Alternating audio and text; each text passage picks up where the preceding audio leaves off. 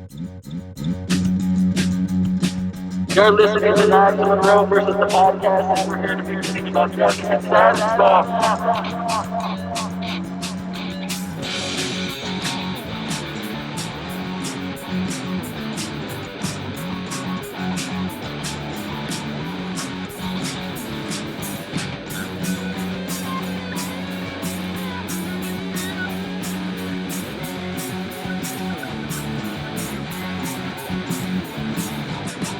Hello. Mr. Jake Cole, how you doing, buddy? Excellent, man. How are you? Oh, so good. You know what's happened since the last time we did one of these? What's up? It was Besides COVID? it was the fucking end of the world, man. Yeah, right. How has I mean, let's just jump right in. Thanks for coming on. This means a lot to me. Formalities, absolutely. I posted an emo Facebook post, which I'm prone to do from time to time. I didn't think anybody would give a shit. I posted, does anybody want to come on my podcast and like just talk about stuff? Fell asleep, Hell woke yeah. up to like 50 people wanting to do stuff, and I was like, what? I literally reached out to everybody, and you were like one of the first guys Hell yeah. to put it on the Well, books, and it means the world to me, man. Dude, I'm honored, man. I'm absolutely honored to be here, for sure. It's funny that you say that. I actually want to thank you for getting me off of my ass, because mostly I've been editing the last, like, month. Oof, Besides going out to Utah, which I still have to edit all that shit. oof. But I started yesterday after talking to you. I'm like, maybe I should do something so I have something to talk about for a podcast. Yeah. So I started a documentary that I've been having on the back burner for a while called Paid For in Pizza. And I know exactly it's what all that's about our about. film community here in Cleveland. Yeah, I know exactly what that's about. I always say hot dogs and handshakes. Yeah, yeah. Yeah, that shit. That's awesome. That's awesome. Are you gonna like publish that publicly so we can see it? Yeah, I was actually, it's been on the back burner for like the last few months. Mainly it was just, hey, this is a cool fucking title for a thing. Yeah. So I just kind of had it on the back burner for a bit. I just wanted to start it, and I booked immediately an interview yesterday, and then I did 4 other interviews with people today. Nice. Man, you're And on your then, you're on your productive shit right now. yeah, I know. So thank you for kicking that off. It's Hey, been fun. I'll take any credit. I might not, deserve it, but I'll take it. Whatever gets I'll throw more, you in as a ghost producer. How about that? I'll take it. Yes. That's awesome to hear, man. Well, how has it been in your neck of the woods over there? I know over here a lot of weddings stopped. I was scheduled Yes. to do one just to film, not edit, which is always all right by me. The money's right, Yeah, right? right. And like 2 days before the venue canceled, right? So that kind of stuff Oh, happens wow. all the time for you, I'm sure. Not just with Yeah. business, but like with mental health and with your family. How's everything been? Well, thank you for asking. So everything's been, it was at first kind of like iffy. So by this time last year, I had done probably like 20 some weddings. I've only had about 6 or 7 this year so far. Oof. Yeah, which is a big bummer, but whatever. I still get things here and there, so it's been okay. We've had a lot of time to start writing more shit out, which has been great. Yeah. I've been investing in a lot more equipment. Um, Like what? let's see. So I got the Mavic Pro 2. Ooh. Bought a couple new tripods. I'm looking at the Edelkrone, the Jib One with the head, Yeah. the Yeah. remote head on it too. I've been looking at that. I'm also looking at the Zhiyun Crane 3S, which I'm selling my other gimbals right now so I can afford that, which will be dope because that's going to be the only thing that holds my Blackmagic 6K at this point. How's the 6K treated you? Oh man, I still love it. I Yeah. still absolutely love it. It's been a very trusty tool. Like I'm always impressed with it, especially with the V mount battery. Oh If yeah. you invest in a rig like this, to anybody listening that's a tech person, invest in a good fucking battery because that should have last you 8-9 hours on set. Shooting on 6K, which is pretty beefy, which, you know, it has its moments whenever it's hot enough, but it's Oh a yeah. great tool. That's awesome. Yeah, those are good investments, man. I always find my favorite investments are like lights. I got a switch pod, which I found pretty useful for what I do. Nice. Just a nice Joby Gorilla sort of ball head. I don't know what they're called, but just Yeah, little things like this go a long way for me. It's for more than sure. just getting new glass and getting a new body, which is always good. It's hard, man, to Yeah. commit to a Oh, yeah. system. You have the EF mount, right, on the Blackmagic? Yes. Yeah, I have the EF mount. So that's cool. You can. That's so adaptable. It's like the most I versatile know. mount, right? I love EF. And B Raw is the most underrated codec, I think.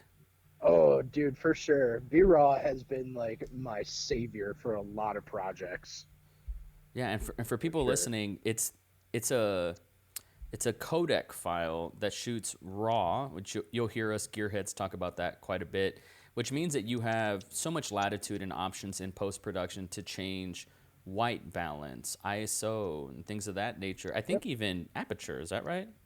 Yeah. Yep. That's With insane. some lenses. That's like going back into a time machine and editing, your memory or something. Only photos could do that, and now videos can do that. So it's insane. If you screw up on set, you can fix it in post. Are you reckless with your filming, or do you try to get most of it just in No, camera? I try to get most of it perfect before filming anything. I usually make sure to set up the camera to set frame. Mm. And then I let my gaff team kind of do their thing, my DP to go ahead and set up all the lights we need and all the blankets and whatever we need to do, and Dude, then we'll start shooting. this I is try like, to be a bit more meticulous, but on a lot of run and gun shoots, you don't have time to be as meticulous as you want to, and sometimes shit gets crazy. You forget to switch the white balance to auto or whatever, but yeah. B-Rod's got you, and that's like where it comes in handy the most. Man, my ADD brain is like all over the place right now, and I apologize because this is the third podcast I've done today, and I worked a full shift, and I'm just insane. But a couple things I wanted to ask you. Well, first I wanted to say, so I filmed a wedding last Saturday, and I hadn't filmed a wedding in years. I broke my unbreakable vow, and I came out of wedding retirement to just because I need some money. I need some money, but that's all it was. Yeah, right, And exactly. I That's forgot right. what a fit. I'm gonna sound like such a bitch right now, but I forgot what a physical toll it is to. Oh, I wore the I wrong know. shoes. I'll say that. Like I wore boots. I don't know That's what I was important. thinking, man. I'm so out of filming shape because of COVID. Like I had a Yeah. travel schedule, dude, that was insane. I was going to Europe for the first time. I was going to go to Japan in March. I was going to Germany Wow. and London for the first time in my life, and I got all to I got to the Netherlands this year, right oh, before shit started getting shut down. you got in while you while the getting was good. Good Dude, choice. man, it was fantastic. Holy shit! Was it for a project, a wedding? It was actually for Premiere. We won a 48-hour competition in our city, and Dude, they were premiering it in Rotterdam. congratulations. That is fucking awesome. Yeah. So we spent a few days in Amsterdam and then went to Rotterdam for the rest of the trip for the actual like film festival part of it. We got a standing ovation, which was fucking sweet. Dude. Um, yeah, it was cool. I 100% would love to move to the Netherlands too. Oh So my everybody is god. nice. Everybody is like actually looks out for each other, which is Mm. so weird. Dude, it's weird. Like, well, let me just close that loop. I want to talk about the Netherlands. Um, Sure. but I was so out of filming shape, man. Like, I live in my podcast studio, my garage. Like, I live here and I've been very Cool. productive on my personal brand or whatever, but I hadn't filmed stuff in a long time since March. Like, last time I traveled was Florida. Who gives a shit about Florida? Just kidding. Sorry, Florida peeps. But I was so out of film shape, man. Like Yeah, I I feel it. burnt like 2,000 calories just walking around. I got Pokemon Go, so I hatched like Yeah. two 7.5 kilometer eggs, like just Nice. just working. And it kicked my ass the next day. It was great, but I did sign up for more, and I kept thinking about you because I'm like, dude, this guy, Jake fucking crushes it here. But going to the Netherlands, um, it's wild, man. Like I I'm I'm kind of patriotic sometimes. Like when I stop and think about things, America is awesome. This Oh continent, yeah, this for sure. continent is great. Like if I Oh had to yeah, pick a continent, I'd probably pick this one. Like it's really dope, but boy oh boy, this culture. I mean, we're like fucking cannibals right now. Like it's yeah. wild. I can only imagine going to the Netherlands and how friendly those people must be. It was really interesting. Also, interestingly enough, there was literally zero people above 200 like pounds. Hmm. Everybody bikes to everywhere. Literally, there's more bikes than cars. What do you think about that? I think that that awesome physical part of their culture helps with them all being a lot nicer than a lot of Americans. Dude, I never even thought about that. We're all juiced up on caffeine and Mountain Dew Yeah. and ginseng and yerba mate and you name it, and Mountain Dew Yep. and Bang energy drinks and everything, and it's like, for what? Like I think about that. Right. Sometimes I'll go really hard in the paint and I'll drink a Bang energy drink and I'm like, for what? I'm quarantined. What am I doing? Yeah. Right. What am I Right. doing? And maybe that's why we're a little violent and mean on each other or to each other online and in real life. Yeah. Our A lot diets of are a all lot of fucked the up. chemicals in your body are from what you eat. You are what you eat is the old saying, and it's very true. Are you conscious about that? Are you mindful about? I should be more so. I'm trying to be more so, I should say. I've been trying to lose some weight here and there. Been trying to drink a lot more water, Yeah, as opposed to like all the caffeinated beverages and coffee and even though coffee isn't super terrible for you, but I'm it, trying to cut out sodas. And, if you really think about it, like you ever watch Mad Men? yeah, yeah, It's a great show. Every time I watch it, I crave a cigarette. I'm like, I could go for a fucking cigarette. that's It's hilarious. Because terrible, when I but if you think about it, like you watch it and you're like, man, these guys smoked too much yeah, back then. yeah, But the new version of that, they say it's sitting down, and I'm inclined to agree, but it's really the caffeinated beverages, man. We're fucking killing ourselves for nothing. We're gonna be like 65 with Alzheimer's and be like, for what? For the hustle? yeah, yeah, right, right, for I don't sure. I don't know. I'm scared, man. Like you got me tripping out. I don't There's ask the hard questions. do you know of a person named Daniel Kahneman? No, I don't. He's a Nobel Prize laureate.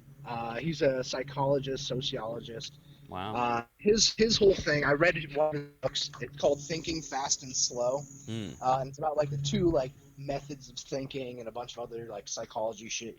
I like my audiobooks. Like I like my wine super dry. yeah. Um, but he also mentions there's four areas in life that we have to come to be successful in, and that is health, wealth, love, and happiness. Yeah.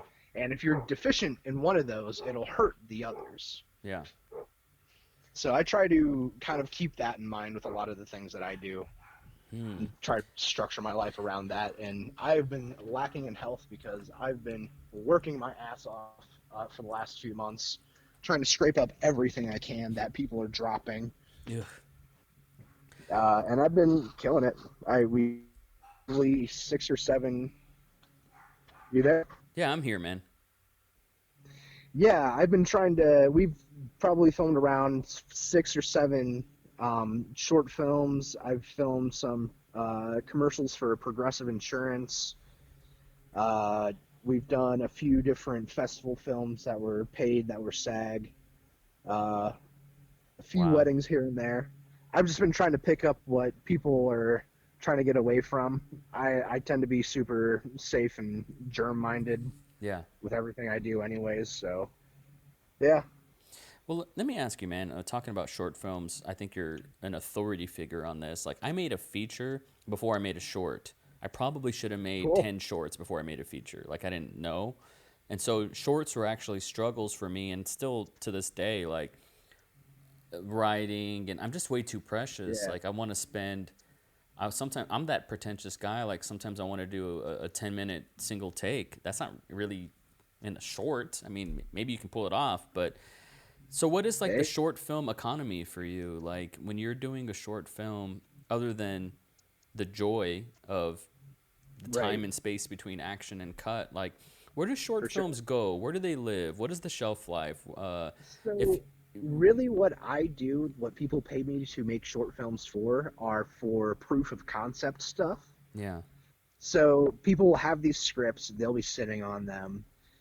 If they want them made, but they don't have the budget for the full thing, they'll pay for a mock-up of it, where we'll do the scenes that they want us to do, and essentially create like a small like movie trailer. yeah, And then we'll add those to pitch packages. We'll approach distribution houses, try and set up meetings with other producers. We'll throw those trailers into pitch packages, be like, hey, this is what this could look like. We can change X, Y, and Z. We have this script. We have these people all ready to go. We have X amount of producers already wanting to financially back it. Um, so yeah, there's a lot to consider with the short film side. It's really really hard to break into and make money, especially from short films. Um, but it's very much worth it in my eyes, really, because even if one of those ideas sells, you're looking at millions of dollars in contracts or hundreds of thousands of dollars to make a mock-up of it. wow. I guess that's true. Just to make a You just need the mock-up. one. You really just need the one. That's why I try to do as much as I fucking possibly can. So when you say you do them, like, are you doing the editing, the filming, and what exactly do you do? So it really depends on what they hire me on for. Sometimes I get hired as a DP, or I get hired as a cinematographer, or I get hired as an editor, or an AC or focus puller. Um, Sometimes I'm thrown on as a producer, and I'll have to find the guns to hire to get what we need shot and the locations bought. Um, I really, I have my hand in a lot of cookie jars when it comes to short film stuff. In the beginning, when you're conceptualizing and you're putting a crew together, do you put does Jake put his own money into this, into short Oh yeah, films? hell yeah. That's like always been my number one thing is I put my money where my mouth is every single time. There's a stigma where daddy paid for this short film this Mm-hmm. month, Yeah. and I'm like, yeah, I'm gonna pay for my own shit because I don't need that, and I also, because money fucking talks. Yep. I pay people out, and people appreciate that. I help people pay their fucking rent, and people tend to like to keep paying their rent, so No, that I'll makes. keep hiring them. I like to hear that. When you put your money where your mouth is, uh, uh, what is the agreement in terms of ownership? So I usually produce when it comes to producing my own stuff. I usually have ownership of everything. Of course. When it comes to like distribution houses and stuff like that, we usually negotiate contracts. Usually, it's a percentage of the profits from that distribution would go to me. The other percentage goes to them. And I make sure to put in my contracts that I have use rights to my pieces that I create, so that way I can add them to my professional reels, add them to like not YouTube, I guess, but be able to use those clips. Because at the end of the day, if I'm filming it, and legally, if I'm filming it, it's on my SD cards. That footage is mine Yep. until No, I relinquish it to the house. no matter So it's what. no matter what. Yeah. So it's like it's a matter of knowing what's yours, how to talk to people is a big one. I always tell my interns, if you're in a room and you look around and you don't know who the fucking sucker is, then guess what? Yeah. You gotta know how to keep up with a lot of the bigger people, and a lot of the bigger people won't slow down for you to catch up. When So, when was the last time you were the sucker in that room? man, I'd love to say that was like 10 years ago, but I can't. That happens, a few times a year. I try to be good about it. I try to be knowledgeable on everything. Sometimes life gets in the way. I miss things, or things happen, but Is it a people um, thing? Is it like dotting your I's, crossing your T's, reading the fine print? Is it like, oh, I thought this guy was my friend, or what does it end up no, being? it's more of being able to speak on terms that are agreeable with people you're trying to like sell to. So like you don't go into a meeting and be like, hey, I want to throw you this script, no trailer, whatever, and you got to give me like $20,000 to make it. Um, People will look at you like, what the fuck, why, and no.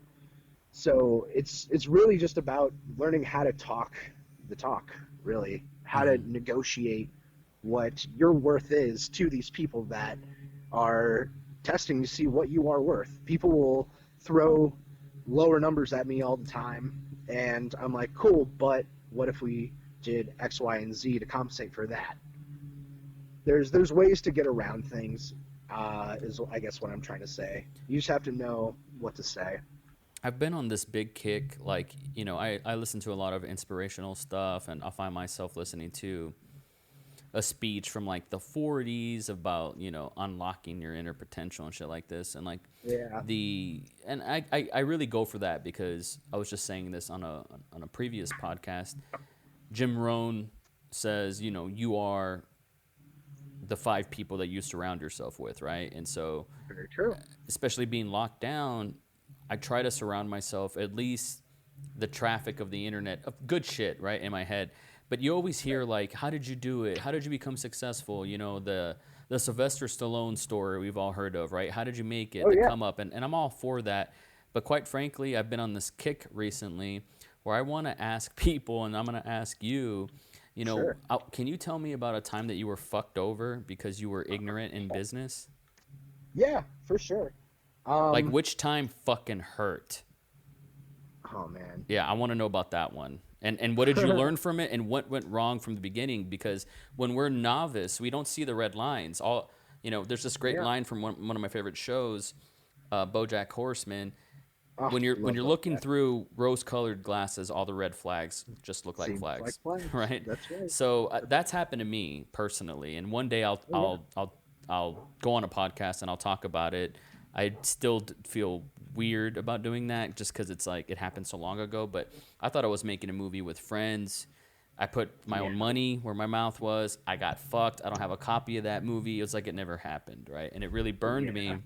And the thing that hurt the most was my ensemble, the actors that I recruited, they don't have a finished product. They came and they worked and they gave me their week for nothing. That really burns me up. But so I Yeah. want to know about a time. It could have been recently. It could have been back in the day. But I just really feel like there's a lot. We can learn a lot from the success stories, but I think we For learn sure. even more from the failures. Absolutely. And what better to do than to learn from others' failures is what Warren Buffett says. There we go. Now we're talking. So one that is recent, probably over like the last year or so. Um, One of our business associates, who was essentially a co-producer for a lot of stuff. She did a lot of PR stuff for us. She helped like set up casting calls and get locations, actors, things like that. Um, However, she was whenever I first met her, because we met in college, we graduated from Akron, and we were trying to just start this video company, trying to start into like short films and stuff like that. And she, right off the bat, her one of her aunts works for a really small company called Lionsgate, and she's always had that in to go there, but she always said that she really just stayed just to stay. And I'm like, okay, cool. So we can try and make our own way. We can use that contact when we need it. Hmm. Um, and this went on for like a year, 2 years. She would talk about it to an extent, and I'm like, cool. Where's the proof? Kind of thing. After a while, Mm-hmm. because it's like you don't want to like question friends on shit, but you gotta be truthful with shit, and he very much wasn't in it. It was an exact case of rose-colored glasses. The red flags were there, and I didn't realize them until we were trying to get together for a 48 competition around the area, and she was supposed to be one of our actresses for it. She's a good actress in her own right, for sure. Um, However, the people that we were working with, I was producing and directing it, or director of photography for it. Um, I didn't really have my hands on the casting for this project too much because I was leaving that to the director. Uh, he ended up casting people that were younger than her, I'll say, Mm-hmm. and she didn't like that, and she was like, "Well," and I was like, "Look, you can be on the team with us. You can help us. You can be script supervisor. You can help in a different capacity. You can win with the team, or you can step out." And she's like, "Well, I'll just find other people that want me there." I'm like, "Okay, well, not that we didn't want you, but whatever." So, and then that happened about like a year and a half ago. Mm. Uh, I haven't heard from her since, really. After like 3 years of going to fucking classes and whatever, but it's definitely a lesson of you can't make everybody happy, and uh, don't let a narcissist dictate your business. Yeah. That's That's like that's really that was a hard big one. because their survival skills are predicated on their charm, right? Or on their Right, for sure. connections, and the kids today call it clout, right? And so Oh, we get blindsided by that because this is a business of who you know. It's that yeah, simple. You know, you got to bring the absolutely, goods, and I know you definitely bring the goods, but you still got to know the right people because that's going to be the thing that clicks, right? absolutely. That's 100% true. You were Um, you were one of the most experienced and talented people that I speak to when I do this show. Have you ever thought about making like an online course? well, funny that you say that. I've actually been making how-to videos for the interns that I should have gotten this semester from our local Kent State University. They help me on set usually and help with editing. I get them paid out.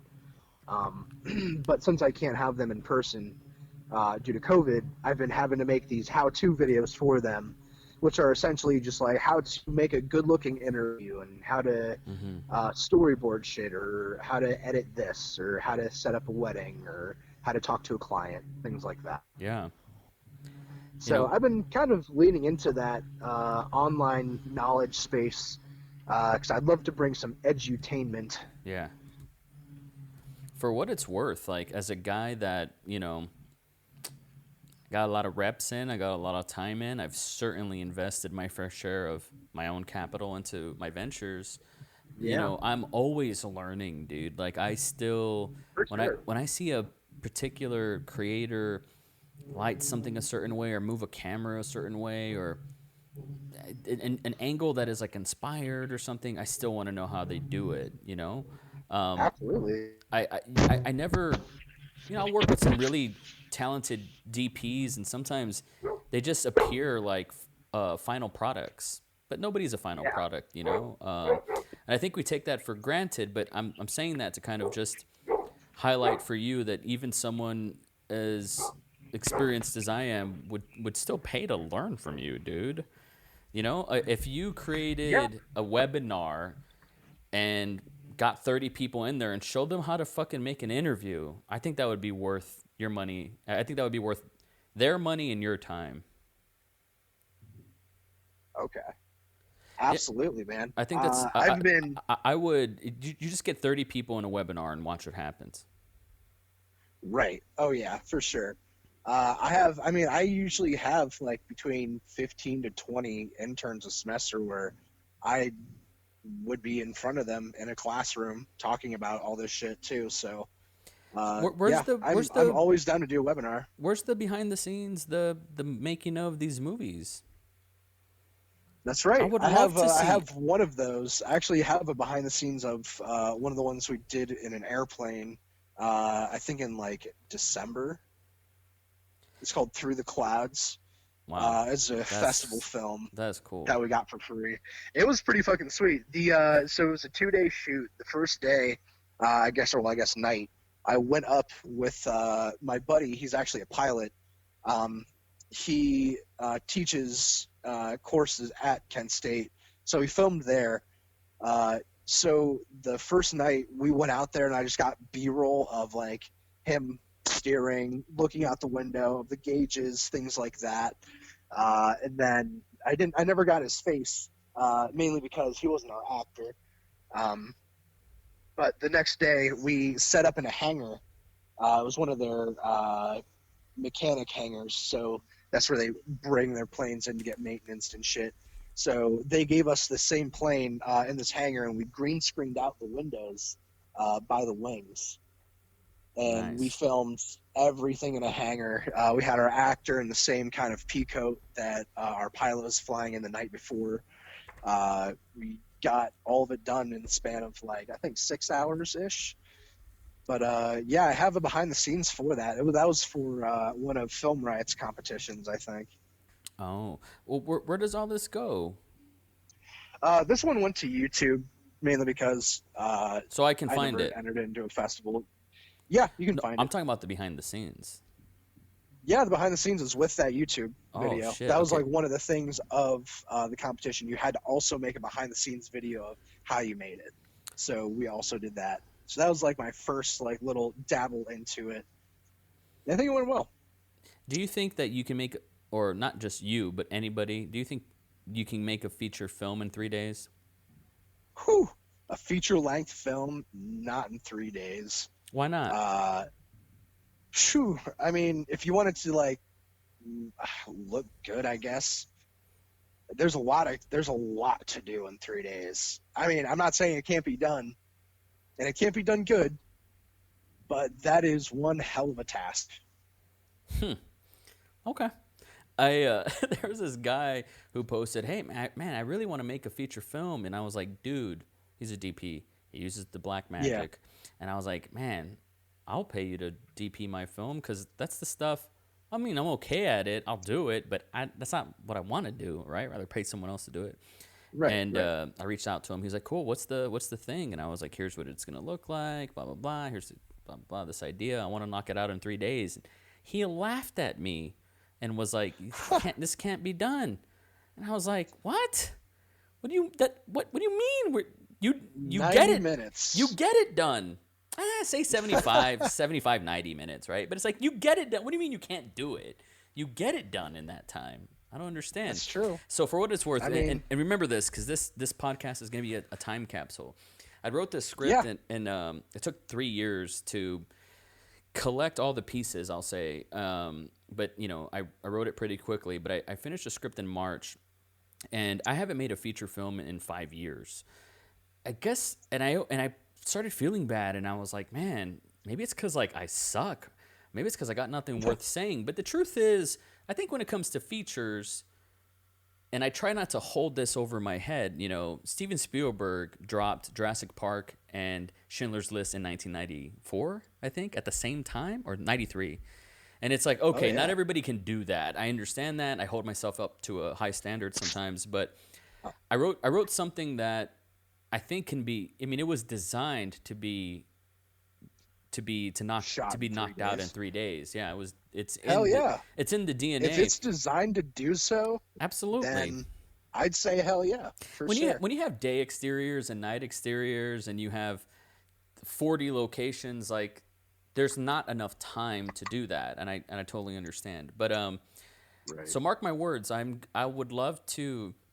COVID fucked a lot of things up, but I'd love to put this together, and you'll be one of the first guys I show it to, and I'd love to get like a sentence out of what you thought about it. But I think it can be done. I've shot a feature in 5 days. I don't. Okay. It wasn't super fun. It was fucking terrible. Yeah, like, right. This Yeah, was no shit. 8 years ago, or no 6 years ago, and my hair was falling out, and I was getting like gray hairs in my beard that went away. Like, it Yeah. just happened in 3 days. But So 10 out of 10 don't recommend. But if it's in the design, like I see some incredible things that these people do in 48 hours that are Yeah. insane. Oh, dude, man.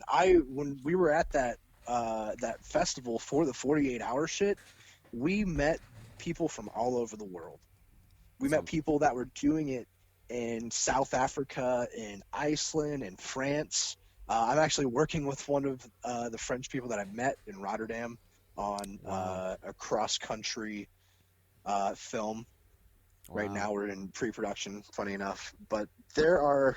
We also met people from China that also won, and even talking to them, it's crazy how they got what they got done in 48 hours. Yeah. Like ours was complete dog shit. And mind you that a lot of these people that won, uh, they have $50,000 budgets, Ari Alexas, Ari What? Primes. Yeah, What? producers will buy tickets in cities across the country, hire teams there, and win those things so they can go to the festivals. Oh. Okay, so let me ask you. Say this Saturday, your local town or whatever is going to do a 48-hour film festival. Um, Yeah. what do you bring what do you do beforehand? Because like I've participated in one 48-hour film Yeah. festival. It was the first time me and my friends ever did it. We came from features. Hmm. We thought this will be easy. I'll admit it was challenging as fuck, Yeah. and we went into it a blind, a fucking Yeah. blind. Now when we screened our films the next week, there were some productions where I was like, dude, no, they weren't. There's no way they did this blind. Like we went into it with Right. fucking nothing, man. And I thought Yeah. what we pulled out was very interesting, but we bombed. I mean, you want to talk about eating shit?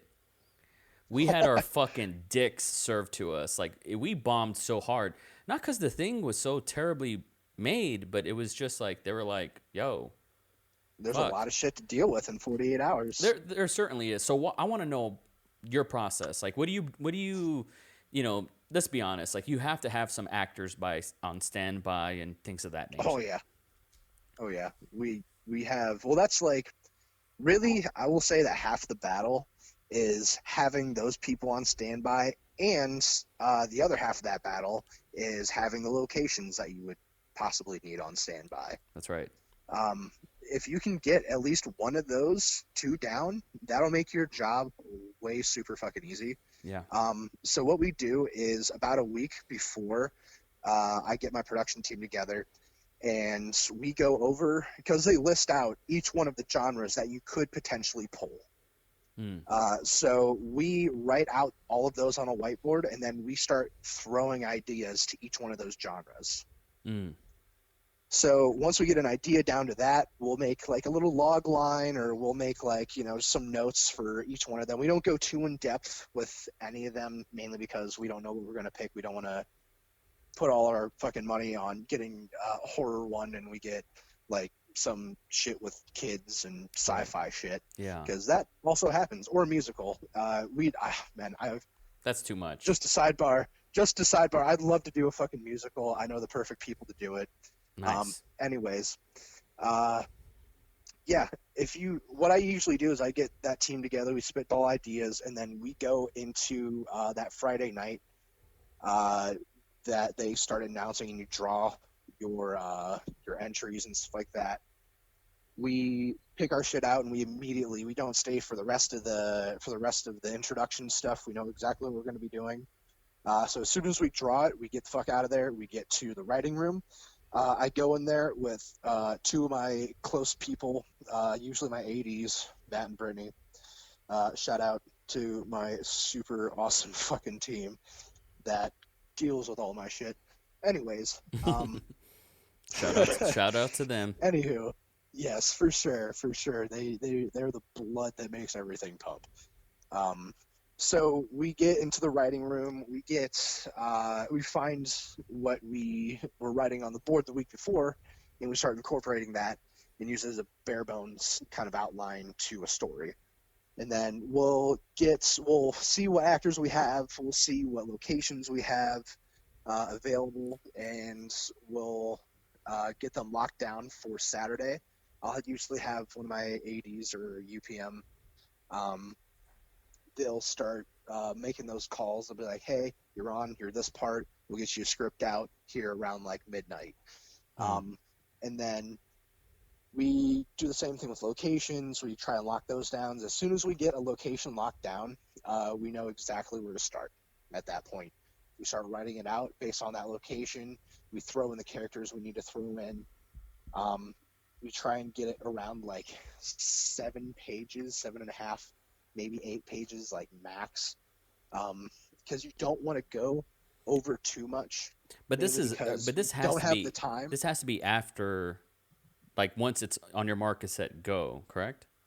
By now? Yes, like yeah, yeah. Yeah. So as soon as we draw those names that Friday night, like as Yeah. soon as we draw the genre that we're doing, we don't stay for the rest of the event, the opening event or the kickoff event or whatever the hell they call it. Yeah. You just go. We draw that shit and we go. We go immediately to writing, try to get a script out, locations, actors, everything set for the next day, uh, done before midnight.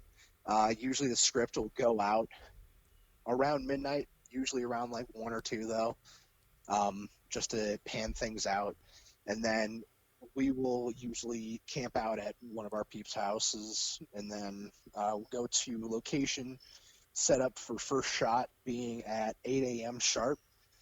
And we get there at 7, take an hour to set up lights and cameras and shit so we can just grab and go. And then we move into it.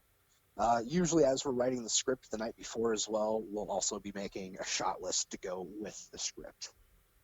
So when we get to set, we just go based off of the shot list that we need. We can fudge things here or there, and then we make sure everything's clapped up. We get to editing that night, that Saturday night.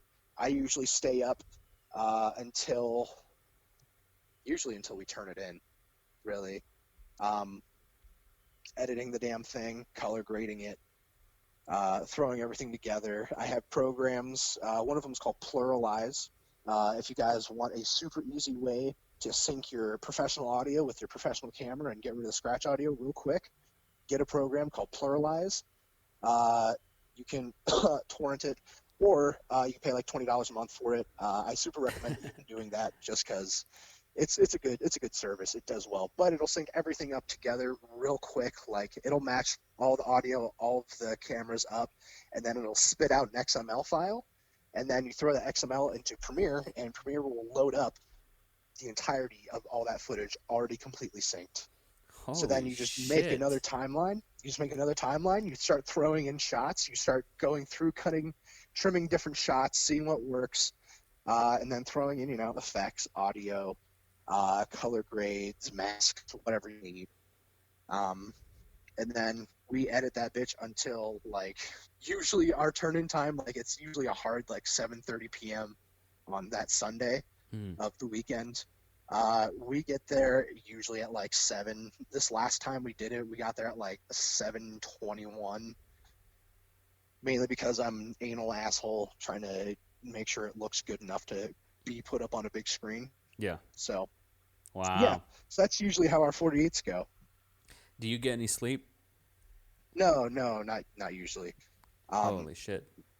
yeah, And maybe. Well, actually, do I you usually film get a it? few hours of sleep that Friday night, Right. That going makes into sense. Saturday, so I have enough energy to film that entire day Yeah. and get through editing for And another full you day. edit it, you do the sound, everything? Yeah, I edit everything. I have my sound guy. I do have a sound guy that is on production sound, so he'll give me the SD card at the end of the day, Is there a time limit and on these things usually? yeah, it's usually 7. It's like a hard cut at 7 minutes. Yeah.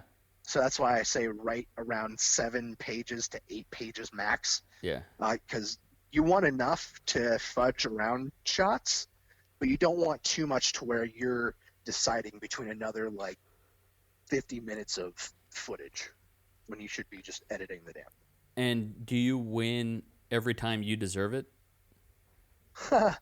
um, I will say that I've won something every time we've submitted. Even for the last 48 that I was doing, we won like I think second place, and I got best director, and then the one that we did immediately after that, we got Best Film, which sent us to the Netherlands. Wow. Yeah. What's your crowning jewel? The one that excites you? Like, dude, this fucking short film was amazing. um, that's a good question. We just filmed two really good ones. Our producers from Cleveland, they threw some couple grand at us, and we made some short films. One of them is called Pretty Metal, and it's about this like pop artist group. They're like in this competition, and then their lead singer gets picked up by a different agency. She is like fuck you to the rest of them and bails, and so they lose this tournament. In order to recoup the money that they need, they starts trying to get back into the competition. They get into it, and they end up picking up a metal band group that they also saw audition. They team up to form Pretty Metal, and the girls were super great. They were some of the best actresses I've had the pleasure of working with. Wow. But yeah, we shot that, and then we shot another one called Hometown, and that was essentially about this dude. Wife cheats on him. He goes back home. He's like 30 some. His dad's pissed that he's home. His mom's like, "It's okay, honey." And he falls back into his old friend group. It's like a dark comedy. It's like a dark high school comedy kind of thing. It's like the tagline for it. I love. I didn't come up with it. It's the tagline is a coming of age story in your 30s. Nice. Yeah, which was super fun. I know last time we talked, you said that you got to work with the Russos. Yes. Was it on the movie with Chadwick Boseman? No, It wasn't that Chadwick movie. wasn't on it. It was Tom Holland was on that one. Okay. The one that you're thinking Okay. of with the Russos. Okay, yeah. Just because, with his passing, didn't that fucking hurt? Oh, I know, man. I'm like, dude, just like, what the fuck, 2020? What the That fuck, was man? What else is next? And it's not crazy. even over. I Yeah. think the wildest shit is about to happen. Yeah, right. Yeah, exactly. How do you stay Especially positive, with- man? I mean, take one day at a time. The day, I have a small mantra that I always say. If something like inconveniencing happens or like someone's being a dick, I'm like, you know what? That's the worst thing that happens today. It's still a good day, and I'll make it so. So I kind of take it day by day. I try to plan out my days a little bit before the day of, so that way I have an idea of what I need to get accomplished, whether it be editing or writing or phone meetings all day or shooting all day like today. What I responded to a Craigslist ad, right? Like to be a videographer for to be a wedding videographer, and the money was right, and I was like, I could do this. And when they brought me on, I was really impressed with this wedding business, and the way they had all their shit set up blew me away. Mm-hmm. Everything's on Trello, and Yeah, that's right. And there's 20 states, and there's 10 cities in each state, and they get videographers for each state, and that's how you fucking scale. And I'm sure that they outsource the editing, and they hire schmucks like me that get paid 20% of what they're netting, right? Which I understand. And Right. And then they outsource the editing, they put it together, and boom. And do you see yourself like being an owner, operator, like business person, tycoon, or do you like doing the grunt work? Because if you wanted to scale, there's no way you're going to be on the ground. Tycoon because Yeah. Yeah, I will say that I do more aspire to be that tycoon type. However, I never want to have to be humbled. So I'm more than fine doing grunt work whenever needed. Like shit, I'll PA for industry shit still. I have my hours, I can do what I want to, but it's like if things need done, they'll get done. I'm fine doing that. I'm fine gritting my teeth. And really being able to do that makes me appreciate what I was a day job way more. Yeah, 100%. But it's funny that it's funny that you mentioned Trello, because that exact kind of the exact company that you were just describing, one of those messaged me the other day. I had one of their videographers bailed at the last minute, and I saved their asses and upped the price a bit, which was awesome. They're like, yeah, use Trello. I'm like, sweet, whatever. So it's funny that you mentioned Trello. Have you fucked But with it? I do have the, Have I you do looked have into my, it? What's that? Have you looked into Trello? I mean, I've only used it just for this last like wedding shoot for these people. I mean, it's neat. I like it enough. I use Celtics, the same script writing program that I use for writing all the scripts and the outlines I need. They have an online thing for like $120 a year, Hmm. and you can like plan out shoots and do index cards and like create the scripts and do whatever needed. It's essentially Trello. Okay. Okay. Yeah, I really thought it was neat, and I thought it was very organized, and it was a way Yeah, that it was like transparent. Like I could look at any wedding I wanted, and if I was the Flash, technically I could work every wedding, and right, make the exactly. most money. And I see that for you because when you say that last year around this time you had already shot what 30 weddings or 50 or something. Yeah, like 20, 30 weddings. I mean, I shot last year 42 weddings, but that's you and boots this on the year I've had ground. like 9. But that's you boots on the Yeah, ground, right? for sure, for sure. I That's me boots on the ground. if you wanted to, I mean, surely I'll you could. hire other people out too Yeah, for other weddings that I can't do.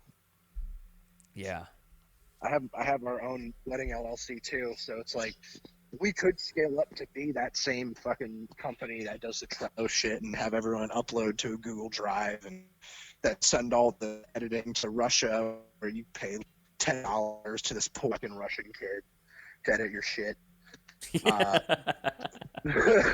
well, yeah, but I'm not trying to be that fucking like super monster tycoon right now. I got my other shit that I I want to know, worry about, I and know. not just weddings. But just so you know, So I mean, you yeah. are that super monster tycoon. You are though. You know that, right? Thank you. Oh yeah, for sure. I at least try to be. I try to get there. That's half the battle. Yeah, I think you are, man. Like I'm struggling with like the meaning of things, man. Like I have this feature I want to make.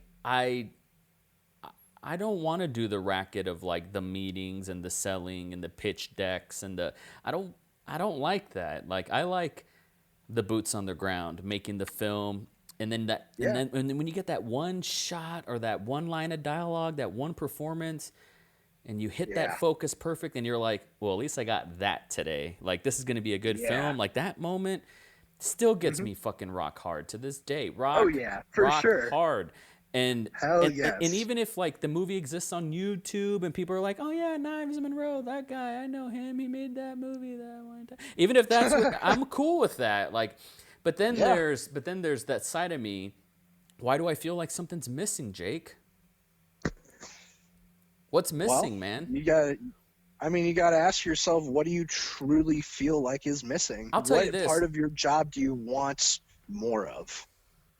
Ooh, that I don't know. Like, you know what I love, man? If I could snap my fingers and be there right now, when you were telling me how you prepare for the 48, I love like working. I like being in a room with a whiteboard and 10 people.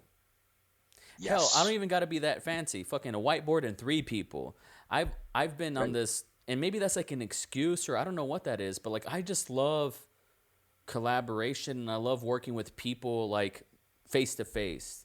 And then we go out and we Right. go make something. And that journey, I'm like a road warrior. Like I like traveling. I like Same. checking my bags and like driving 8 hours someplace and like and just Was being in a I cramped was like car. 6 hours away from you at one point. How dare Well, you? I guess Texas is big, so like probably 12 hours. True. Fucking from Utah, man. Oh my That word. shit was crazy. That's true. It was hot. That's insane. I mean, I would have just flown, but no. When you have all the gear, it probably makes more sense too. You might save money in the Phil. long run. But no, I get you. That's the stuff that I love, and I don't know why. Like that's just so. What would you recommend for me? Like how do I manifest that? Like I've been in Austin for 8 years, and I still don't have a crew. I still don't have like Okay. those people, and I feel like if there was a Jake Cole and two other dudes, and we got together every week and we brainstormed and we got shit done, like I really feel like we could take over the world. I really feel that way. Oh yeah. Fuck yes. I mean, distance is just that. It's distance. I mean, hey man, if you want to work on something, I'm all about going out to fucking Austin. I actually have my girlfriend's family lives out in Austin too. How about that? How about you put a fucking ring on it and move over here? God damn it, Yeah, Jesus. no shit. No, but For sure. you got a sweet spot over there. Like I feel like you're kind of king of the castle over there. It's You would the, be it's the disappointed. situation where you can be you can be a big fish in a small pond here kind of thing. Something to get the work done. Yeah, It's a good pond though. I know. It's one of those like hidden oasis ones where you never thought would be a hidden oasis, but Cleveland fucking packs it in, man. We have a good community here from doing these interviews. That's the thing. Like you need to. That's tremendous. Like you need to stick with that. You know, if you move to Austin, like, do you know Luke Newman from Newman Films on YouTube? Yeah, That guy for sure. was like one of the first guys to really start doing like DSLR tutorials and stuff. And he has an amazing Yeah. website called Savage Stock where they've been filming 8K raw Red Dragon, whatever 8 stock stuff because they knew that the 8K future was coming. Well, I had Luke on the podcast a year ago, and he's kind of in a similar boat as me. He's like, I don't know what makes me happy. Like I like doing these little short films with my family, but you know, it's not about the YouTube cloud. It's not about the, you know, you check off some boxes and you scratch some itches and you're like, that's all good and dandy, but I don't know, there's something missing there, you know? And he asked me off mic, he was like, what do you think about Austin, man? You think I should go there? And I was like, as much as I selfishly would love it, nah, I think it kind of sucks out here. Like Rogan came out here and I'm kind of like, that's cool. Why would you leave California where marijuana is legal and move to Texas where it's illegal? I don't understand just that. You know, and I'm not even a pothead, but it's just like, why would you? What? I understand the overcrowded thing. I wouldn't want to live in Los Angeles either, but Yeah, I would not. see what I'm saying? But I don't know, like, and it comes from bitterness. Like I've still never found my people here, man, and I feel personally, and maybe this is another excuse because I'm all about calling myself on my own bullshit. But like, if you ever go down TikTok, I don't know if you've been through a TikTok funnel where you just get stuck in a TikTok hole. Okay, maybe you should stay away from it. I try not to be on Chinese things that'll steal my soul or some shit. I don't know. I don't watch the news enough to know what that is. I feel you. What I will say is, I don't know how old you were when YouTube started. It was in 2005, 2006, when it was... I was in 5th grade, so I would have been like 11. Too young, maybe. Too young. But yeah, I was already a senior when YouTube hit, and it was revolutionary to be able to see. You really felt like, wow, I'm looking into other people's lives. Here's what they're making. When all I knew was film and filmmaking, it was the only expression, the only big expression with those big tools in town. And then YouTube obliterated that. Well, TikTok is obliterating YouTube. Like, you find short films, cinema that you would have never searched for. Like, I cannot recommend it enough. You should try it. That you're gonna have to like sift through some spam of like 13-year-olds dancing. I just put not interested. I don't want to see that. There is art there. Yeah. You would blow the fuck up on TikTok, and it would be like your main thing for all you know. I'm serious. You should at least check it out and fuck with it. But what I'm trying to say is like, filmmaking to me isn't the only game in town anymore. Like the big feature. I remember I asked on Facebook, my Facebook friends, I was like, how much would you pay for a feature if I dropped it? The amount of filmmakers that were like $1. Yeah, right. I was like, why would you expect to even make a career if you would only pay another filmmaker $1? Yeah, like that economy is just so crazy. And I'm not saying no, you can't make it, nobody can make it. Like, I'm all about it, man. I fucking daydream for a living. I'm all about it. Don't get me wrong, but it's just I feel I, that, man. I feel like if I was 16 years old, I would have dropped out of high school today and like been a professional TikToker, not have had, and understand the craft. Like the app of TikTok is one of the greatest video editing apps there is on the market. And it's so low key. Like you can do Interesting. voiceovers, you can edit in camera. Like it's tremendous. Like Facebook doesn't have that, Instagram doesn't have that. They're $1 billion That's apps. true. So it's so strange. I understand it's Chinese and blah blah blah, and I'm kind of like Yeah, I feel I'm either going to be fucked on, by this red dick or this blue dick. Either way, it's up my ass. Like I kind of feel that way about Yeah. the whole thing. I'm sorry, I'm on a rant right now. I apologize, but as you can tell, like existentially, it's difficult to be a filmmaker and be like, well, what is even cinema when like Vines or TikToks are tremendous and people make a living out of this, I and know. they I get know, to man. make stuff with their friends. It's That's on right. TikTok. It's not on Hollywood Boulevard, but it's like, what's at the end of the day, what's the difference? I'm starting to think that I'd be okay with that. I don't know. And so you asked me, what's the one thing that I would love to do or whatever. I can't take I'm 32 years old now. I got 2 kids. I understand what I signed up for, and I did it with so much intent and purpose, and I would never change anything about my life. But I just miss, I just miss like those all-nighters with those 48-hour film festivals, and then here's this little project that you have, and whether you win or lose or you eat crow the next week when you do the screening, like that little adventure was fun. I don't care about the Right. money, man. Absolutely. Like it's definitely not about the money. Like and I'm not trying to, this isn't a flex Yeah. at all, but like I make more money than I ever thought I ever fucking would. So it ain't about that. Dude, I mean, right? like I never should have fucking made it this far. Like I should have fucking died at 16. I don't know how I got here. So this is all gravy. But it's not money, and I like films, but it's like, man, people are shitting on Tenet. Like what the fuck? People are so ungrateful, man. Like I don't even know. It's like I'm never gonna make a Tenet. People are shitting on it. Dune trailer comes out. People are like scoff. I mean, roll my eyes. can't say that though. Who says you won't make a tenant? I mean, no, you know what I mean. Like, I'm not gonna. Yeah. I don't know if I would actually crash a Boeing 437 or whatever. I don't know if I would actually want to do that. But my point is like, I see Nolan bust his ass, and then you have these keyboard warriors like roll their eyes, and it's like, who the fuck are you? Yeah. You know what I mean? Yeah. So maybe I'm just an No, old yeah. timer. Maybe I'm just getting old. J. Cole. Maybe I'm just getting fucking old. Nah. I don't nah, want you you just to be see me. shit for what it is. You don't want to And be this. I'll be honest though. It's like I have the same exact kind of shit for anything that I release. I do have those times where I'm like, well, maybe people won't fucking like it. Maybe I should have edited it this way, or and then there's times where people generally don't like my shit, and that's fine. Yeah. That's like, you have to come to a point where you can accept that there's going to be criticism, but you have to realize that it's criticism from both sides, and then you have to weigh out what's bad and what's good. Yeah. And most of the time, people like your shit, Yeah. People want to see you grow. There's the pessimist in all of us that's like, people don't want to see this shit. People don't want to listen to this shit. Yeah. But at the end of the day, your optimist has to win. And it usually does, and it usually goes well. It's better than to have done something and have the experience, like you just said. You want the experience of it too, not just the final product. 100%. You go through it. Yeah, you go through it, and you can take that. You take it in stride. Yeah, I heard a long time ago that Steven Spielberg asked Stanley Kubrick, "Hey, what's the hardest part about making a movie for you, man?" And he thought Kubrick was going to say something like, "Oh, the time or the studio, the budget," and to Steven Spielberg's surprise, Kubrick's response was, "Getting out the car." Getting out of the car to go to the film shoot is like the hardest part of my day. But as soon as I get out of my car, like, it's easy from there.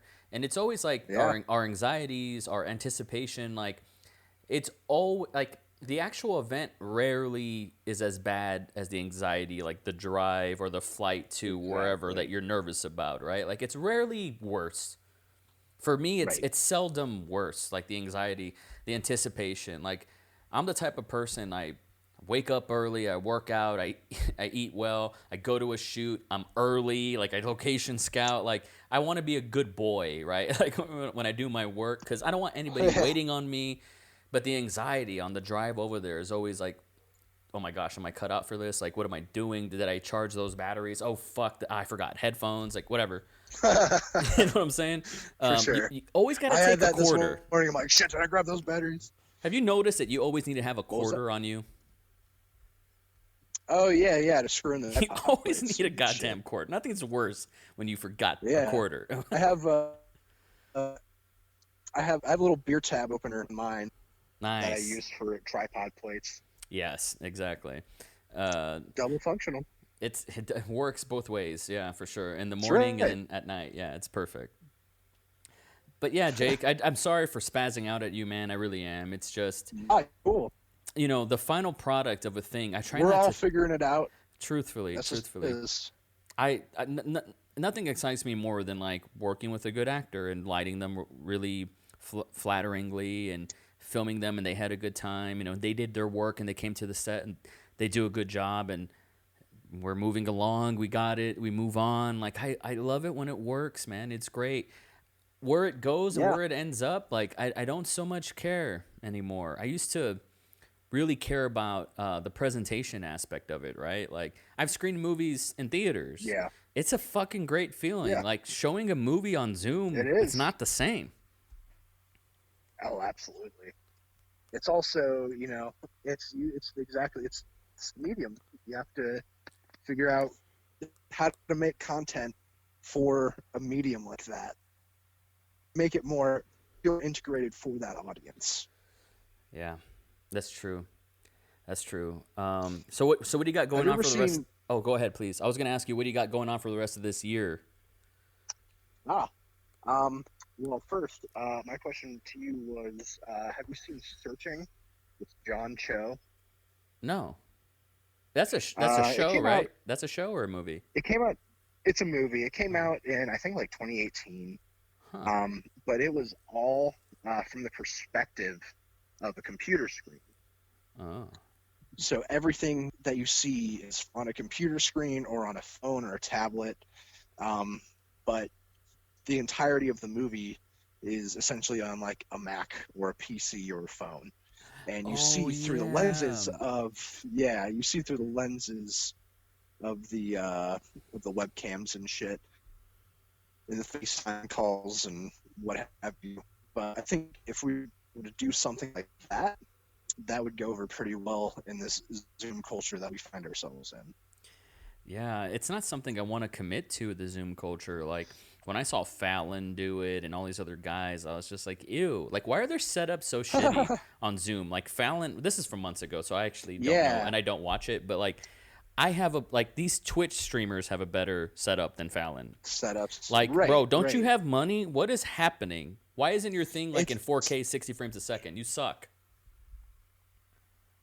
I feel that. What I is? think that it's more so. I think it's more so that the PR team's like, you got to just, do it from a regular webcam to make it feel like you're one of them. Ew. Yeah. That person needs to get fired. Sure, that's. Those people are usually hired. That's the problem. I know. They're hired for those ideas specifically. You can just tell that they're not looking. But, they're yeah. not looking on Twitch. They're not looking and seeing these streamers. They're not looking at alternative media and Yeah. stealing the best practices that people have been putting in their 10,000 hours in. You know what I mean? They're not looking at that. Absolutely. Absolutely. What's the I've rest of actually this was- year look like for you, man? On doing so this year, a lot of it is up in the air with COVID still a bit. However, there's always something in the works. I have a lot of client work that I'm still working on. Planning on moving sometime soon. Still in Ohio, nowhere crazy. Have a few projects I want to produce myself. I have to reproduce different projects that we filmed over the course of the last 2 years because our actors kind of on us. But anywho, yeah. Besides that, client work mostly. Nothing super huge in the future so far. but that'll probably change soon. What do you think's gonna I'm happen? optimistic. What do you think's gonna happen in November, and how does it affect us? I'm sorry, you cut out. What was that? What do you think's gonna happen in November, and how does it affect us? Well, uh, I mean, I'm not sure. If I could see the future, I would give you the answer, but you know, I'm not. I'm not really following as much of this shit as I need to, mostly because I don't want to go completely insane because I have other shit I need to get done. Yeah. Um, that's why I try and kind of stay off of Facebook and stuff now. Um, but come November, not sure. I mean, if President Trump and his cronies decide to keep at it, I mean, like you said earlier, it doesn't matter what color dick you got up your ass, you're gonna Yep. have a dick up your ass. Yep. That's just unfortunately American politics. Yep. You can quote me on that. What did you think about the Sony A7S III? Oh, dude, I was loving it. I love the footage from it. I've played around with its S-Log a bit. Uh, Super good. S-Log 3 is super fun to color grade, and it keeps a lot of the color. It's very comparable to Blackmagic footage. I think Sony's a bit sharper, but Blackmagic still kills it with the color. Sony's always been a bit deficient with color, in my opinion, but Yeah. to each their own. Yeah. Um, yeah, I've been loving watching the stuff come out with the red Komodo. That's like my new thing I'm kind of looking at. It's only a couple grand more than my kit. Yeah. Yeah. But it's good. It looks awesome. It also has a global shutter. Oh, that's true. Yeah. Blows my mind. It does not look bad at all. I'm not super in love with the red workflow, personally. Yeah. I'm not super in love with the Blackmagic workflow. So if anything, it might be easier for sure. you. Yeah. Yeah. I think the biggest thing that really makes me attracted to the new Red is the way that it handles image stabilization, like the in-body image stabilization for it. Yeah. They use the same kind of technology that GoPro uses to stabilize its footage. Oh. So what GoPro does is, as the camera's shaking, that gets recorded into the clip as metadata, and then the GoPro analyzes that metadata to then stabilize the footage perfectly, almost perfectly. I It still didn't know has a that. bit of a judder. Yeah, but Red is emulating that exact same thing right now with their Red Komodo. With the global shutter and that image stabilization, you get ridiculously steady shots just handheld. Yeah. And it's Gee. light enough to use for car shots and shit, and put on most gimbals. Yeah. There's nothing wrong with it, man. It is so good. It looks so That good. it is. And it's cheap. The body is like, what, 5K? 6,000 for the black body, 7,000 for the stormtrooper body. I like the look of the stormtrooper. It looks super, super awesome. Oh, man. I've been looking at the A7S III. It has a lot of features. But, here's the thing.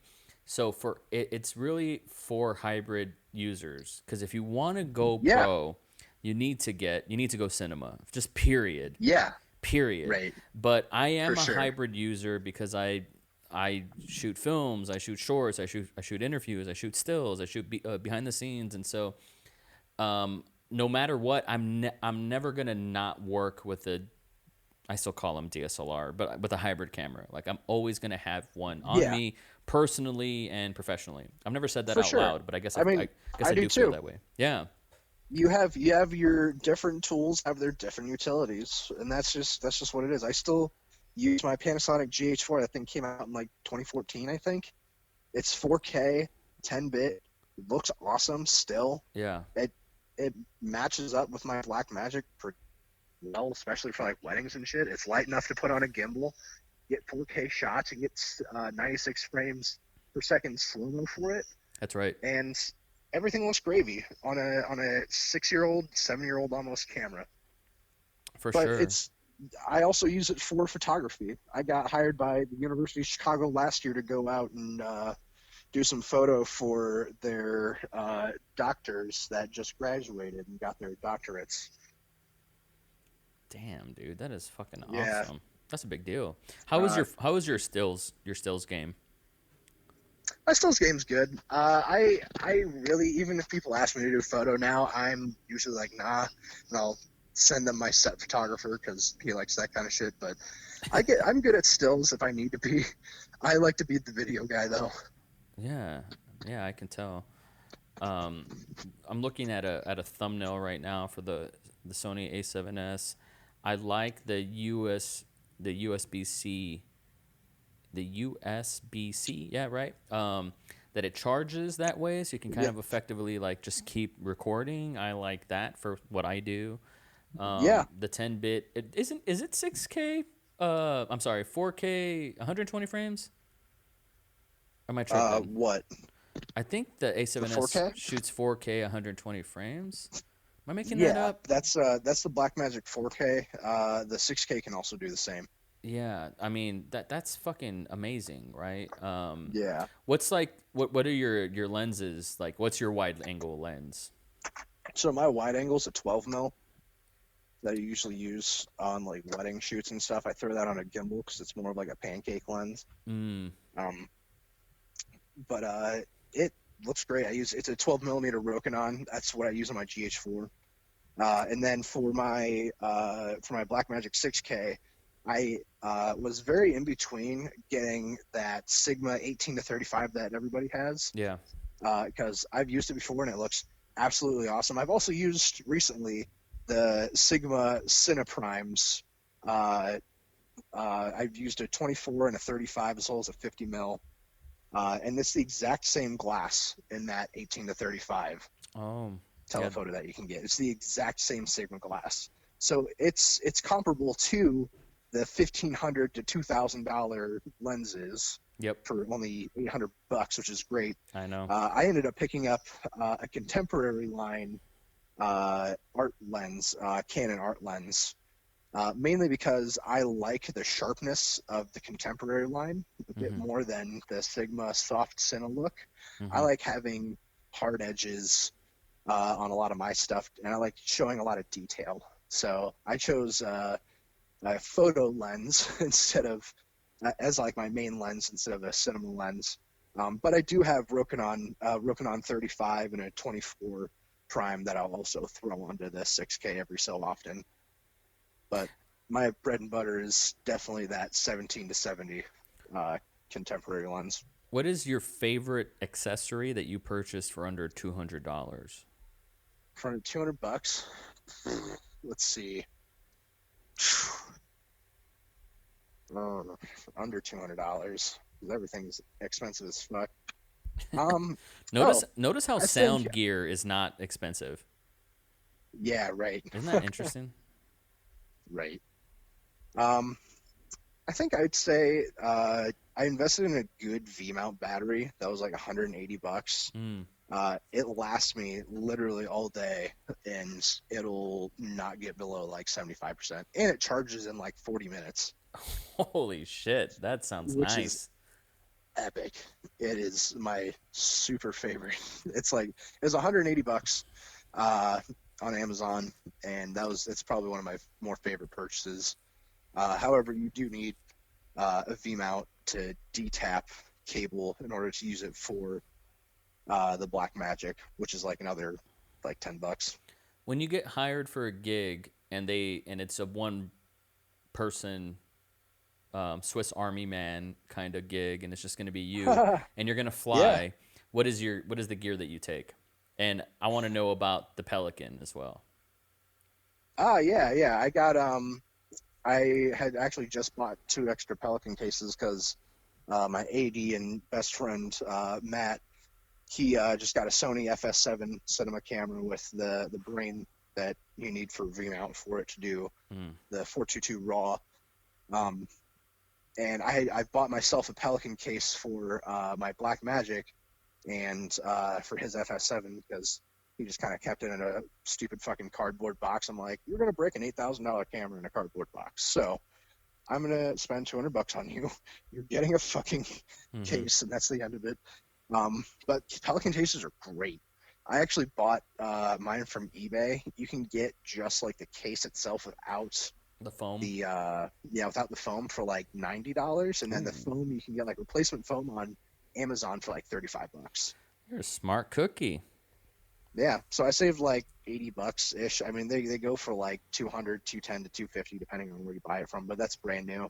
The ones that I got were a little bit beat up, had a few nicks here and there, but I mean that's the point Yeah. of a fucking Pelican case is to get beat up so your equipment doesn't.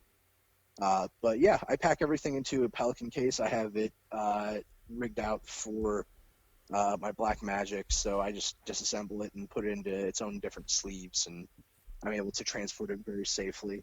The foam's very durable, very soft. I haven't had any problems with it. Do you take a bag and a case, or how many cases do you Yeah, take? Oh, so I do you usually take take I lights? usually so I usually pack little lights in my backpack when I fly, and I pack a few Gorilla Pods in my suitcase, and then I'll take with me my gimbal, a tripod, which are usually my carry-ons, and then I have my Pelican case, which I check in to the flight. Um, I take the backpack with me, and that has like my stills cameras, my GH4, and it's for B cam shit too. Um, I pack audio away. I usually pack a boom. I pack an H4n Pro Zoom. Uh, I pack some XLR lavs, usually because whenever I fly out for shit, it's just talking head shoots. So I'll just bring a few lavs and a boom mic and call it a day. I also bring an H1n, and I have a bunch of cords for that. That's like 3.5, which is 3.5 mil into the recorder, out to XLR, out to RCA, out to quarter inch. And that's usually for wedding shit in case I have to plug into a DJ table or whatever. But I usually bring that just in case there's any house audio I'd like to capture as well. And that's about it. I So try when to keep it light. you Also bring the drone. Sometimes I check that in as well if I don't want to carry it around. that's true. So you have a license. Yes, the Uh, part 107. how hard was that to get your license? Like, where'd you have to go? I know every place is Uh, different, but I did it at the Kent State University. My friend that's a pilot, he works at the same place that gives out those tests. So literally, I just watched a YouTube like tutorial thing. It's like a 2 hour like episode kind of thing where it goes through all the stuff you need to know for the 107 exam, and um, all of like the small things that you may miss and what you need to bring with you the day of and all that shit. I'd say like study your ass off for like a day and then go in and take it. It's not terrible. It's very much it's a lot of it's just common sense, really. yeah. How is your drone skills? Great. I get a lot of drone stuff. I get a lot of more drone stuff now than videos, just regular video stuff, mainly because it's not even for film stuff. I've been able to get construction gigs where they need me to take my drone up to look for leaks on this roof that they can't find access to, Oh, that's crazy. or yeah, or there's one person that wanted to hire me to go into some windmills and figure out if there was like problems with it. And I had to take up my 4K Mavic at the time to do that. And then what I'll usually do is I'll bring my laptop with me. I'll throw it into Premiere real quick. I'll blow up the footage for them to see on the screen to be like, hey, there's your leak, or there's your problem, there's your crack in the fucking hole, or whatever. Dude, that's insane. What do you suck at? What do I suck at? There's literally Uh, nothing that you can't do. I mean, I can do anything that you can do. I'm a human. Don't give me that. You can't have a baby. I mean, yeah, I'm trying not to have a baby right now. I'm trying to have a career. No, I unfortunately. mean you That's the thing. literally That's the can't only give thing. birth to a baby. Yeah, right. Um, Yeah, man. There's, I mean, how are you on I can't sound? compose music. Do you? Oh, What's that's a good. that? Yeah. How are you with sound? Like, do you edit sound separately or do you do everything in Premiere? I do everything in Premiere, unless I need to throw it into Audition to like bring down some noise or just doctor up the audio, anything. But I usually do most of my edits in Premiere. Man, that's wild, dude. Do me a favor, send me a link to. I want to see that the behind the scenes as well as the short that you made for the Film Riot thing. I want to see that. Yeah, I want to see that. So for send me a link sure. to that after that. We're approaching our time here, man. But boy, am I glad I Cool. talked to you. Like, I do talk to a lot of filmmakers, and do not get me wrong, because I love it and I love talking to them. But there's something about you, man. Like you're the filmmaker slash entrepreneur, and like you really inspire me to up my game, man. And this has been the Hell yeah. craziest year, like in America, maybe since 9/11. I know that sounds very melodramatic, and you must have been a baby when 9/11 happened, but I was a baby. yeah, it was wild. It was wild. Man. But this has just been the craziest time, and you have such a great head on your shoulders, and you're Oh yeah. optimistic, and you know yourself, you believe in yourself, and you trust yourself. And I aspire to do that every single day. So being able to like have you rub off on me, just so you know, it means a great deal to me, Good. Jake, and I want you to know that. Hell yeah. I'm glad I was able to do that for you, man. For sure. I'm glad I'm able to rub you off. You rub me off anytime, please. You don't even need consent. Just come in my bed and rub off on me. Sweet. That's brilliant. That's awesome. Awesome, Yeah, Jake. man. I'm all about making sure that we can all get there, because I know we all have those crazy things. We all want the house, the dog, the fucking kid, the Yeah. nice car, steady bank account. I feel it. I know a lot of people have the will to want to do it, and Yeah. I see people that have the skills to actually fucking get there, and you're one of those people, dude. Well, You thanks, can man. get there. I am there. I'm really lucky. It's just now I'm like I'm empty in a different way, which feels so like ungrateful. Do you feel like that's still the American dream per se? I mean, you can think of it as an American dream. I mean, for if you you, I want. mean, do you think that It's the dogs, the what it kids, is. the house, the mortgage, the cars, like, what do you? Is that some sort of goal for you? I mean, in a way, I want to be comfortable. I want to be able to make the fucking things I want to make, and if I make a shit ton of money doing it, probably then fuck yeah, let's do it. I'd like to be able to retire at 30 and be able to live my life traveling and doing what I really want to do. So, I facilitate it for myself. I help try to facilitate it for others, especially my interns. I miss having interns, really, mainly because I miss being able to teach the people that I'm going to be working with Yeah. very soon. Yeah. I like people being able to be on it. I like people. One of my favorite things to do is being able to teach somebody and then they thrive from it.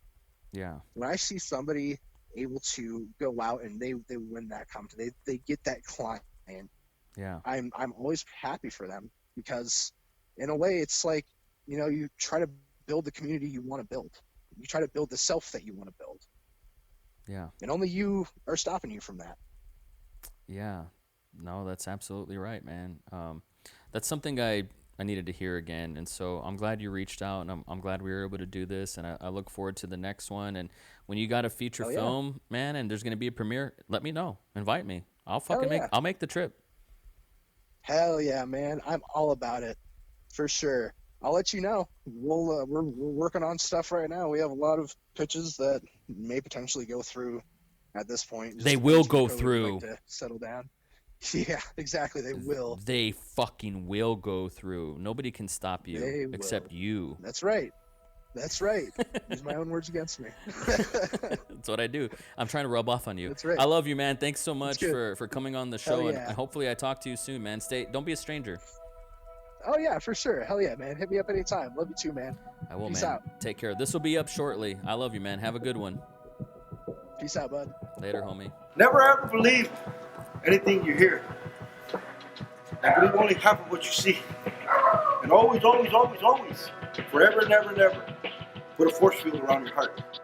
And I love you.